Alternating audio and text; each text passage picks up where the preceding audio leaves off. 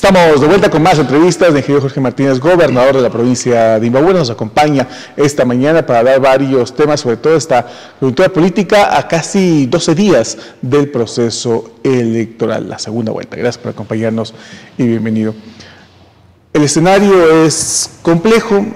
Estos días lo que se ha podido evidenciar es esta lucha de encuestas, esta pelea de encuestas. Unas dan una ventaja de 10, otras dan una ventaja de menos un punto.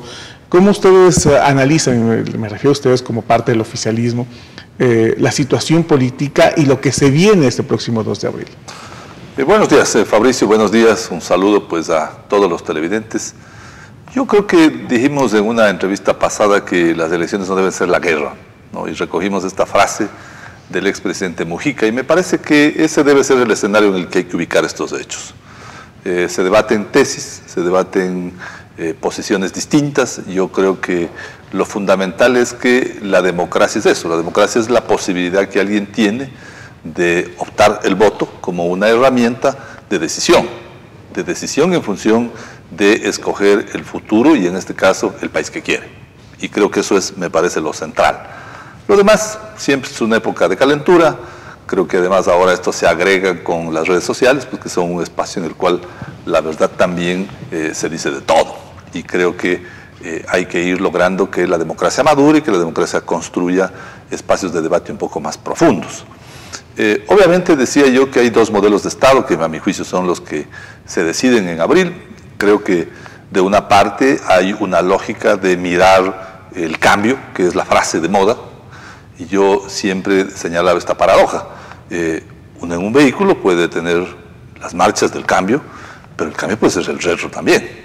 Y si uno mete el retro, finalmente lo que hace es retrocede. Entonces yo creo que el Ecuador mira una sociedad en la cual necesita que este modelo de Estado, que es un Estado que construye un espacio de derechos para la sociedad, es lo que finalmente debate, entre opciones que son muy claras. Yo creo que una opción muy humanista, que es, me parece, la que representa y representamos en el proceso de la Revolución Ciudadana con Lenín Moreno, y obviamente una opción que es la antítesis, que creo que representa sin lugar a dudas la banca, porque eso es lo que en definitiva se expresa en estas candidaturas. De un lado, el banquero que finalmente hace y ha hecho una actividad en su vida que es hacer dinero, porque eso es el objeto de la banca, y de otro lado un hombre que representa pues el humanismo, la misión Manuel Espejo, la posibilidad del trabajo con los sectores vulnerables, con las discapacidades. Entonces, creo yo que estos dos modelos de visión, sin lugar a dudas, son dos modelos diferentes, antagónicos,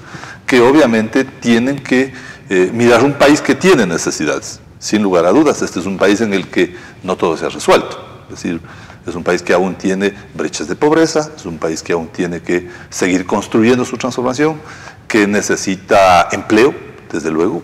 Por lo tanto, es importante trabajar en esa lógica, me parece a mí, en una visión de un país que necesita mejorar sus condiciones de vida para la sociedad en su conjunto. Sin embargo, llama mucho la atención, por ejemplo, desde el oficialismo. Primero, este es un escenario político que es muy, pero muy diferente, dista mucho de lo que me refiero a ustedes como parte de este proceso, han vivido en los últimos 10 años, donde había una figura fuerte que prácticamente es quien ha arrastrado todos los procesos electorales en torno a la simpatía que podía generar en la mayoría de los ecuatorianos. Hoy la cosa cambia bastante, tanto así que ha llamado mucho la atención, por ejemplo, el discurso de Lenín Moreno, expresando temas, reconociendo errores en el proceso de Revolución Ciudadana, reconociendo la necesidad de cambios también en un proceso, o sea, de alguna manera también ratificando que hay un deseo popular de que las cosas no sigan como están hasta ahora. Y ese contexto, ¿cómo lo han analizado ustedes y cómo ha hecho que todos los sectores involucrados con el oficialismo se muevan en este escenario bastante diferente que políticamente y electoralmente están viviendo? Sin lugar a dudas, yo creo que hay que entender que aquí el presidente Correa no está en las elecciones. El presidente Correa termina su mandato el 24 de mayo y finalmente el presidente Correa pasará a la historia por el conjunto de transformaciones que en la sociedad se han hecho. Sería innumerable repasar lo que ha pasado, pero finalmente yo creo que hay una opción distinta, es una forma distinta. Lenin es un hombre distinto. También habla de cambio, es la posibilidad de una representación de un cambio. Sin lugar a dudas, yo creo que el cambio verdadero está allí. Yo creo que no hay revolución ni revolucionario que no reconozca que hay errores, que estos son procesos humanos, que finalmente tienen que producirse rectificaciones. Yo creo que Lenin ha sido muy claro en señalar ese planteamiento, es decir, tenemos que repasar el tema de nuestra visión del acceso de los jóvenes a las universidades. Sin lugar a dudas, tenemos que hacerlo. Tenemos que reconocer que hemos avanzado mucho en el tema de la infraestructura de derechos, de salud, de educación, pero que tenemos que introducir elementos de cambio.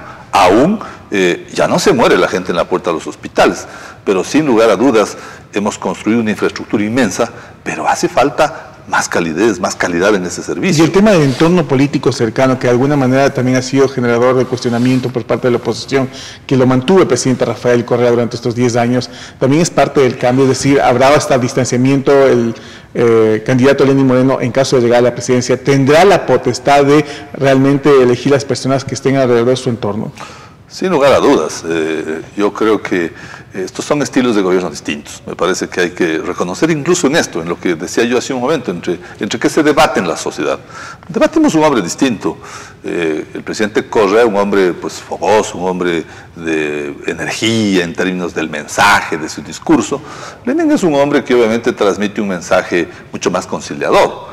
Recuerde usted cuando hablábamos el día de la elección, yo había señalado que Lenín Moreno llegó al país tendiendo la mano a la gente y habíamos dicho que ese ha sido siempre el mensaje, evitar la confrontación. Lenin representa una candidatura de paz, una candidatura de concertación.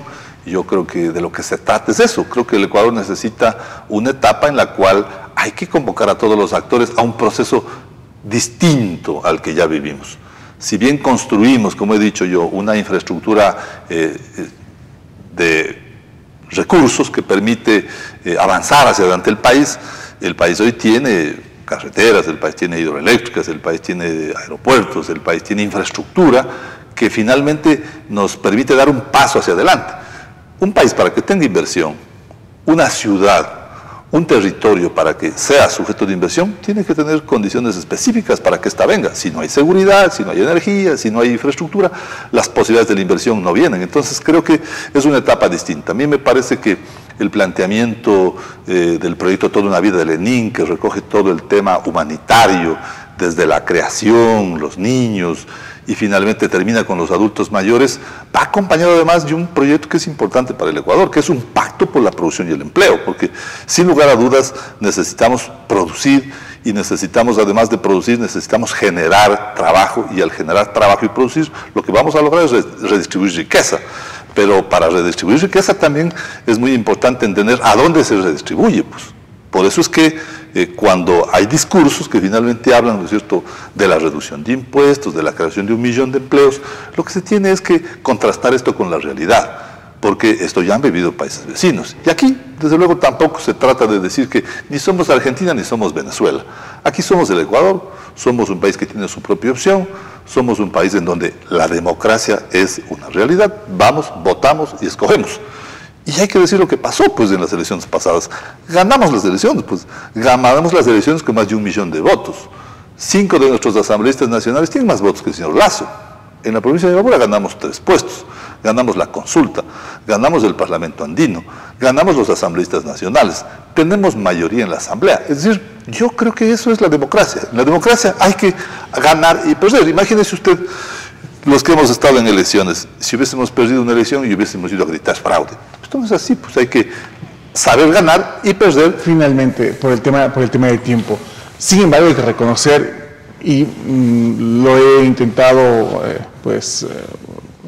verificar, si los candidatos hablan sobre la realidad que queda el país, porque no se puede desconocer que tenemos un país con un fuerte endeudamiento. No se puede desconocer eso. Tenemos un país que todavía depende demasiado del petróleo, y la situación petrolera a nivel mundial no ha mejorado a los niveles que teníamos, y más bien creo que estamos, según los últimos informes, casi a tablas en torno a ingresos petroleros. Un país donde tiene una fuerte carga interna en torno a lo que son ministerios, a los compromisos económicos, y que gane quien gane tendrá que tomar medidas económicas inmediatas y bastante fuertes. ¿Hay conciencia de eso por parte de la candidatura de Lenín Moreno? Sin lugar a dudas, es tan responsable la actitud del gobierno que la CEMPLADES está preparando un trabajo para las acciones que el próximo gobierno tiene que hacerlas, sea cual fuere. Yo creo que va a ser Lenín Moreno, pero sea cual fuere. 3 libros concretos de incluso cuáles son las acciones que en los primeros 100 días deben tomarse, cuáles son los nombramientos que deben designarse, es decir, porque el aparato del Estado es un aparato complejo, es decir, entre ministerios, subsecretarios, coordinadores, directores provinciales, usted tiene un ejército de gentes con el cual tiene que gobernar. Entonces, todo esto es parte de una acción responsable. El Ecuador inauguró la planificación como un elemento central, fundamental. Aquí hay un plan del buen vivir, hay una hoja de ruta, hay planes provinciales, hay planes cantonales, parroquiales, que son en definitiva una forma con la cual el Estado debe construirse. Este no es un problema del borro y va de nuevo. Eso es lo que le ha hecho daño al país. Es decir, creer que el país, la alcaldía, la prefectura, se inaugura cada periodo. Esto es un error. Por eso es que yo creo que finalmente los ecuatorianos van a decidir por una opción de futuro, una opción no de continuismo, una opción de continuidad. La continuidad es un proceso de cambio, de transformación, pero finalmente de una visión de futuro. Por eso me parece a mí que incluso el tema, por ejemplo, de las cifras, ¿verdad? Yo creo que pues, se ha señalado con precisión cuáles son los niveles de endeudamiento que el país tiene. Es decir, estos niveles de endeudamiento están en los estándares que finalmente las normas permiten. Todos sabemos que el endeudamiento en el país está regulado por el Código de las Finanzas Públicas, pero finalmente el tema a veces de esto que se sataniza es lo que suele decir el presidente Correa: ¿dónde está el gasto público? El gasto público está en los policías, pues, está en la seguridad. ¿Por qué somos el segundo país más seguro de América Latina? Solo Chile por delante, en términos de una tasa de homicidios violentos por cada 100.000 habitantes. ¿Por qué hemos invertido en la seguridad? Pues porque hay EQ 911, porque se han incorporado policías, porque hay médicos, porque hay profesores. Esto, lo importante es saber que ese satanizado gasto, ¿a dónde va? Va finalmente a que los más pobres, los que menos tienden, puedan obviamente recibir la acción del Estado. Entonces, yo creo que en esa lógica, pues nosotros estamos convencidos de que el pueblo ecuatoriano finalmente tomará una opción, que es la opción que le representa a un hombre humanista como Lenín Moreno, frente obviamente a una opción de la banca que confunde ciudadanos con clientes. Muy bien, agradecemos la presencia esta mañana del gobernador de la provincia de Imbabura, ingeniero Jorge Martínez. Una pausa, tenemos más entrevistas.